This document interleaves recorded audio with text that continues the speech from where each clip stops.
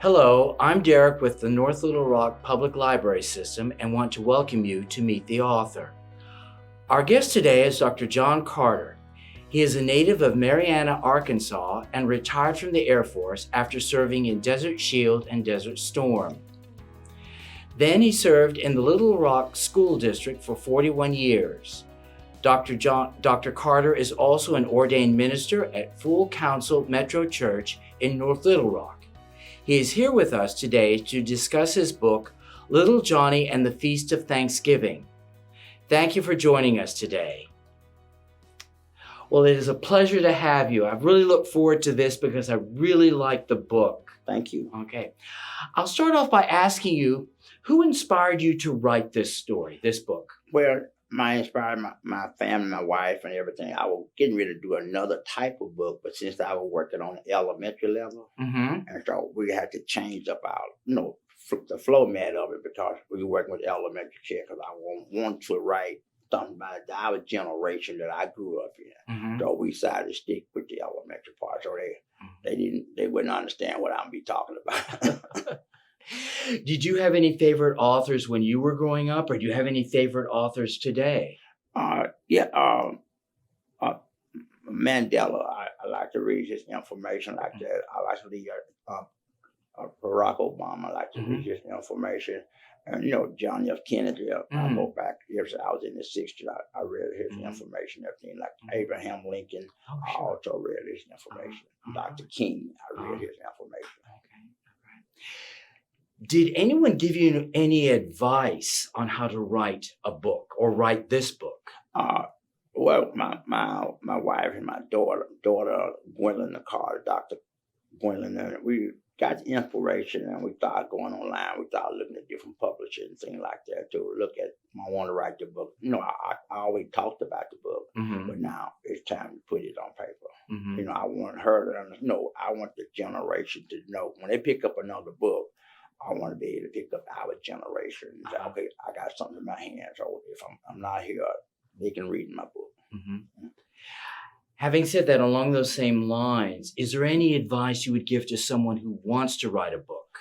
My advice to those that would like to write a book and got the inspiration to write a book, it's all about your family value, the generation, what went on during your time, because they lose sight of generation. And when you start growing up and then you have loved ones that passed on, you don't have no type of information that relate to them anymore. So, and they don't read anything else about you.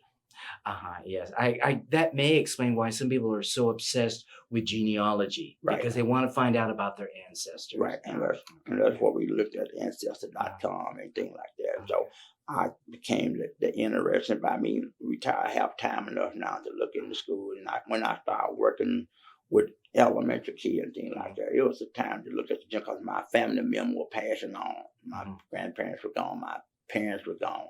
And I had other loved ones, but they were nurtured in there to maybe be able to see what happened when they gone. So now I'm the legacy of myself. I'm the only one almost that left. I have an older sister and a younger brother. But I want to make they have something, their grandkids have something in there. So I've been talking to them as well. I'm sure I know the answer to this question, but I want the people who are seeing this program to hear you say it. What do your friends and family think of the book? Oh, they excited. They love it. I even got a couple of Mr. William. They were the first one that I got a book in their hand to them. And my friends, they really enjoyed the book. I worked it all. I'm working now at one elementary school, and my book is out here to all my kindergarten teachers. They love because I got an activity book as well. And then also the book, we started to go to threefold. We also, it's in Spanish. So I looked at the Spanish student. Wow, that's impressive. So we got it in Spanish. We got an activity book for the kindergarten, and you got a regular book for the other students that look older than what they have now. So that's what I got one I put one in the office. I got one in the library at Watson Elementary School. Okay, all right. Well, I was impressed with the color, the illustrations, and I'm not a technician in like printing, but I really was impressed with the vibrant strong colors that you used in this book. So I want to say, congratulations on that Right. aspect of the printing. Yes. Yeah, I grew up in the country, and so it was just, I know since I'll be working with, the regular elementary kid, and I know, been around them, I deal with colors and how they love, how Mhm. color bring out certain things Yes. of kids and things like that, and what they wear, what they do, and they love the animal that you got them a nice little color and things Uh-huh. like that, so that's what they like. Uh-huh. In your book, I want to ask you a question. How did you come up with the names Paw Paw Luscious and Grandma Tennessee? I thought those were adorable Yeah. names for the grandparents. Well, my grandparents used name, her Oh. name is Tennessee. Okay. That's her name. And my granddad was named Lucius. Okay. Yeah. So it's not Luscious, it's Lucius. It's Okay, Lucius. forgive me. Uh-huh. Yeah, and they all, when I was in school, and I was going to school, they all asked me, "What's your grandmother's name?" I said, "Tennessee." And said, "What's your granddad name?" "Memphis." I don't know. So I just went along with it. I said, "Yeah, my granddad named Memphis." So that's what we got them. But they were, back then, they were raised up how they give you certain names and nicknames. Mhm. And then, like my older sister, Mhm. they named her also. Her name is Tennessee. Well. That's what we got there. Uh-huh. Well, I'm sure that's it's a nice compliment to them that Right. you write a book and you would name, even though it's fiction, Right. you would name the grandparents after your grandparents. So I'm sure that people that know your family or Right. knew them, they're just honored by seeing that. And I don't even know your family, Right. but just by hearing this story, I'm honored just by knowing that's how you pick the names. Yeah, and I wanted to have something that the generation, my grandkids, my great grandkids, whenever they got a chance to pick up the book, they would know who their grandparents are, Mhm. and they using the book, so Okay. they will automatically be able to read it. Because I want them to read something about us, not other history, and they don't know anything about. Another thing that really impressed me about the book is the fact that you've got children's challenges or activities. You like on every other page, you ask a question. How many, or what describe yourself, or this or that. And I thought you can clearly tell this person works in a school. Right. And I thought that was a good thing to put in the book for either the child or if there's an adult reading to the child. Right. And where did you come up with that idea? And Where's it by working with Mm. the last 7 or 8 years in the elementary school, Mhm. and that's when I worked with kindergarten. And I like to enjoy working with it. They have all type of little questions they want to ask you. So that's what I came up with, those type of questions, because they need the kids see color, they see answer, they want to know what's this, right? So when I put them in the book, I have another phrase besides that they need to know about as well. And so that's what I came up with. I started with the idea and putting colors and things together. And also, I have an activity book. And I put that with the kindergarten. So they have colors, they got pictures in there, they got puzzles, they got games they can play. That's something they deal with, because that's what they like to deal with, colors and everything. Well, I just reiterating that, I just thought it was a great way reading a book is fine. I think it's a great thing to do. But when you make the child sit there to think, I've read this page and now I've got to think about and how to answer. It just reinforces what they're learning and what you're trying to teach them. Yes. Because there's almost no right or wrong answer. No. So they don't have to feel bad. Yes. And the answers is in the back of the book. Oh, okay. So if they want to go back and review what they have learned or what they know, they already know. So they have to try to figure out it. The parents don't have to figure out what the answer is. They in the back of the book. Okay. Yeah. Make the parents look, I'm smart. Something I interpreted in the book, and I may be wrong, but I thought when you wrote this book, there's clear gender identity. Let me explain what I mean by that is. I thought when I was reading this, men do certain jobs, women do certain jobs. Now, I could be wrong, but I also was impressed with the fact all the women, now granted the illustrator did this, but all the women wore skirts and dresses. And I just thought, it's been a long time when you've seen that. there's nothing wrong.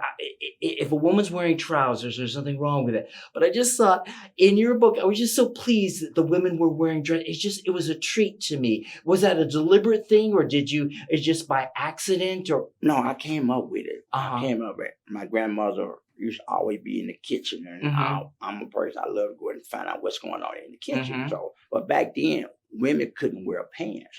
Yes. So they had to wear dresses, things like that. So as long as they wore dresses, they also they wore an apron while they were in the kitchen, so they wouldn't have to this where they can clean their hands off, whatever they got to do. So that's how I came up in the 60s. And that's what I saw during that 60 time. But when back then, women could not wear pants. Yeah. Okay. So that's the main thing. But I want to get that same image back where they be able to see how did we came up, the women came up, how the men came up, who was the breadwinner in the household. Yeah. And I know women, they always go in the kitchen to cook and things like that. And that's why I know. And it was interesting. I know what we cook and how we cook. I know a lot of people would say, I go in the kitchen and I like to, I know they're going to cook a cake, a chocolate cake, a vanilla cake. I want the pan. That's why I was there in the kitchen. So that's why I knew what they had on, Yeah. So that's it. And I enjoyed that. They also, we used to have I used to wonder how did they know the other neighbor down the street when you did something wrong and you got back home. I want I heard that you got a little satchel with Miss Sally, so I found out how they were doing that. So that's what I very interested. So back then, they had flour sack and it was in different colors. Okay. And so when they were going on, we used to live in a cul-de-sac, and the women could come out on the porch and they have what they call a dish rag. Yes. They think, so we think they fanning flies, but they never did. They were having a cold. So they could look out down the road a little boy. So Miss Mary, she had a red dish rag in her hand because the flour bag, they had different colors. And I just found out not too long ago. I said, now I know how they know that somebody was sassing me. So that's where they had them rags. They came in different colors. And we were out there in the field. My grandma come to the back porch and she had a white dish rag, and we know it's time to come to eat. Okay. Well, thank you for sharing that. I mean, I just by listening to you about the dish rags and the different colors, I just learned something I didn't even know. Yeah. And so that's just fascinating. Yeah, it was very interesting. That's I kept studying. I found out. I want to know how they know that we were down there when we were out for it. See, back then, their neighbors, they could pally you back then. Your neighbor was your neighbor. Yes. Everybody grew up in the same way. So if you do something down the road down there, we knew about it. So that's my second book I'm getting ready to write, where I'll be more interpretive what's went on back then, how I really came up. And they also, Thanksgiving Day that coming up now. Yes. But see, back then we didn't have Thanksgiving Day. On the place we was on our sharecroppers. So on that, when you sharecroppers, so Thanksgiving Day, your boss man will let you off for that day to kill hog. And so we call it hog killing day. Wow. And everybody in the quarter helped you kill hog. But that Friday, the men has to go back to work. And that's how we know but I never hardly hear too much about Thanksgiving because it's always a normal, it's called hog killing day. Well. And everybody kill hog in that quarter. Well. So I came up with that. Okay. Along those same lines, a theme I noticed in your book, even though it's Thanksgiving, or at least the way I interpret it, Thanksgiving, the holiday, I thought it was more be thankful. And I thought it was just such to me, uplifting story, because so many people complain or whine. And you were just trying in your story to encourage, be thankful for what you've got. You can always find something to be thankful for. And I thought, it's so good to hear a story like that. Yeah. So I'm so glad you wrote it from that point of view. Well, I want them to appreciate like I teach out there in school every day. Be thankful for what you have. Things like that. And that's what I teach. They not a lot of kids, they don't appreciate what you got. But you need to appreciate what you have. And when we grew up in that era, so everything around that, we were thankful what we got. And we did, first of all, we were poor. But everybody had the same thing. Okay. So, but that's how it's so thankful, and we should learn how to appreciate. Hmm. You know, and I appreciate it every day. Your family and things like that, how we grew up and how the families are like that. So I learned all those things. All right. Okay. Well, Dr. Carter, what we would like for you to do is if you'll pick a section from your book and just read briefly a little bit from it to the audience. That way you can whet their appetite to let them know a little bit about what the book is like. Okay. I'm gonna see my I'm trying to get to one of the best. Where and this page right here, we are since I came up in the country, we're talking about different types of animals and things like that, and a lot of our kids don't know what animals are. You know, they don't know what bacon came from, anything. So I put in my book that and we forgot about the farm animal. Little Johnny sing. They have special colors and sound. Chickens are brown. They are. What I used to ask the kid, what type of sound does a chicken make? And they said, cluck, cluck. As a cow, as a black and white cow, what type of sound does a cow make? And they said, moo. And then the last one we had pig, and we want to know what type of color of the pig is pink, but what type of sound do they make? And they said, oink, oink. So they really know, and that's what I want them to know, because a lot of our kids nowadays, they don't know where none of this come from. And they have never been in the country before. So that's what I want them. And I had colorful, other animals in my book, the colors, the chicken, the pigs, and the cows as well. So they get a chance to see what they're looking at. So that was it. Okay, all right. If a person wants to buy your book, how can they buy it? They can purchase their book on Amazon.com. Okay. That's what they're looking at. And normally I have a book with me that I carry with me all the time, because I'm in different places and things like that. And I have a card that I give them. It's a bookmarker. And so I give them a bookmark and everything. They have a card and everything. And so if they don't have the book, I make sure that they have a bookmark, and they can go to the bookmark and they can look at it. And Dr. Carter, are you in social media in any way, such as Facebook or anything else, if people wanted to contact you? Right, they can contact me through Instagram, Facebook, things like that. I'm online, everything like that. And we're trying to get information out there to everyone, let them know what's going on. This is this activity-wise, things like that. So that's interesting. All right. Well, this has been a pleasure. Thank you so very much.